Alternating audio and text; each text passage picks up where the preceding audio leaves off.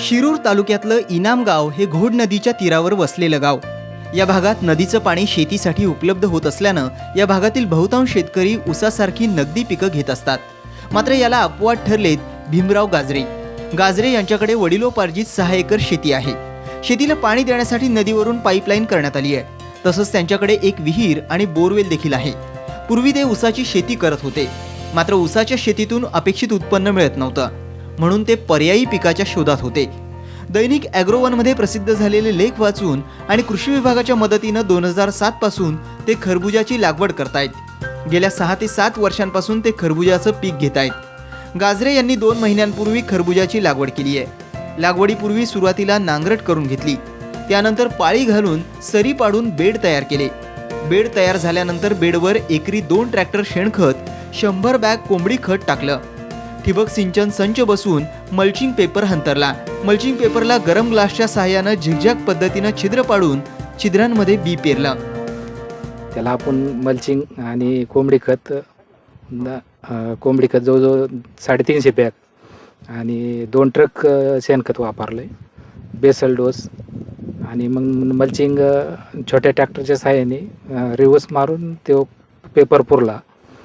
नंतर मग ग्लासच्या साह्याने होल पाडून घेतले ते आणि बी लागवड केली.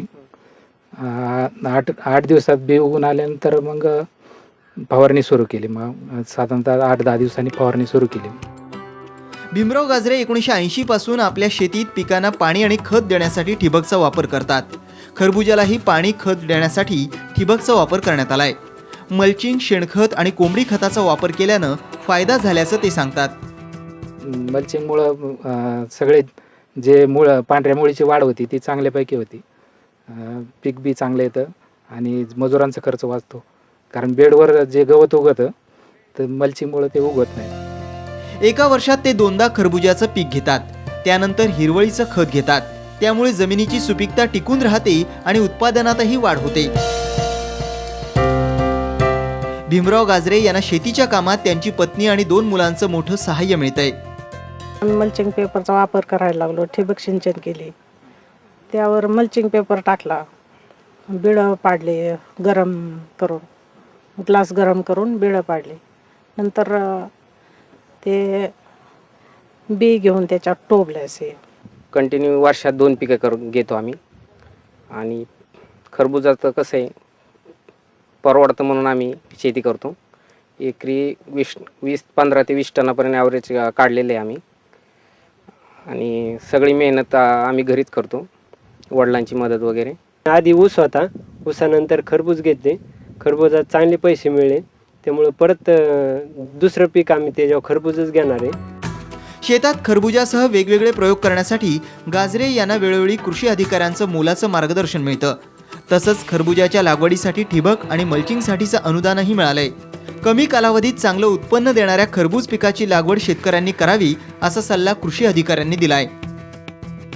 एकरी 1.5 लाखापर्यंत उत्पादन मिळू लागलं आणि संपूर्ण त्यांच्याकडे जी काही 3-3.5 एकर शेत आहे ते शेत त्यांनी त्या खरबूज पिकाखाली आणलं आणि सर्वसाधारणपणे त्यांच्या घरातले मेंबर, महिला प्रतिनिधी यांच्यामार्फत ते संपूर्ण शेत आधुनिक पद्धतीने शेती करून, जसं सुरुवातीपासून त्या शेताला मल्चिंग करणं, ठिबकने पाणी देणं, यंत्राच्या किंवा ट्रॅक्टरच्या सहाय्याने औषध फवारणी करणं, मल्चिंगच्या माध्यमातून हेक्टरी 15,000 रुपयाचं अनुदानही या शेतकऱ्यांना आम्ही देण्याचा प्रयत्न केलेला आहे.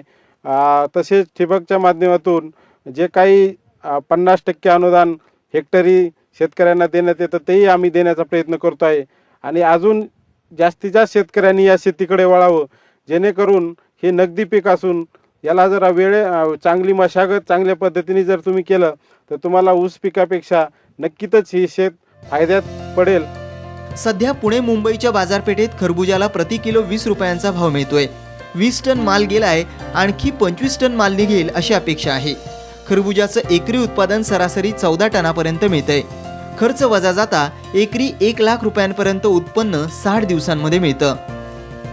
ही 60 दिवसाचं पीक असल्यामुळं मार्केटिंगला चांगल्यापैकी पैसे होतात. गुजरात, सुरत अहमदाबाद असं बऱ्याच ठिकाणी आम्ही दिल्लीला सुद्धा खरबूज पाठवलेलं आहे. तर पैशाचे चांगले पैसे होतात आणि साधारणतः एकरी 1.5 लाख 1.5 पावणे 2 लाखापर्यंत पैसे झालेले आहेत. 30-40 हजार रुपये खर्च येतो, पण बाकीचे 3 महिन्यात एवढे उत्पन्न मिळणं म्हणजे चांगल्यापैकी उत्पन्न होतं. भीमराव गाजरे यांनी खरबुजाच्या शेतीला पूरक असा कुक्कुटपालन व्यवसायही सुरू केलाय. त्यांच्याकडे सध्या 10,000 पक्षी आहेत. कुक्कुटपालन व्यवसायामुळे खरबुजासाठी कोंबडी खत मिळतंय. तसंच त्यांनी 36x48चे पॉली हाऊस देखील उभे केलेत. पॉली हाऊसमध्ये कार्नेशन आणि मिरची लागवड करण्यात आली आहे. या व्यवसायामुळे घरातील लोकांसह परिसरातील 4 ते 5 लोकांना रोजगार उपलब्ध झालाय. भीमराव गाजरे यांनी आधुनिक तंत्राचा वापर केल्यानं त्यांना खरबूज पिकातून चांगला नफा मिळतोय. महाराष्ट्रातल्या शेतकऱ्यांनीही भीमराव गाजरे यांच्याप्रमाणे खरबूज लागवड करताना आधुनिक तंत्राचा वापर केल्यास त्यांनाही शाश्वत उत्पन्न मिळेल. विजय मोरे, साम टीव्ही, शिरूर, पुणे.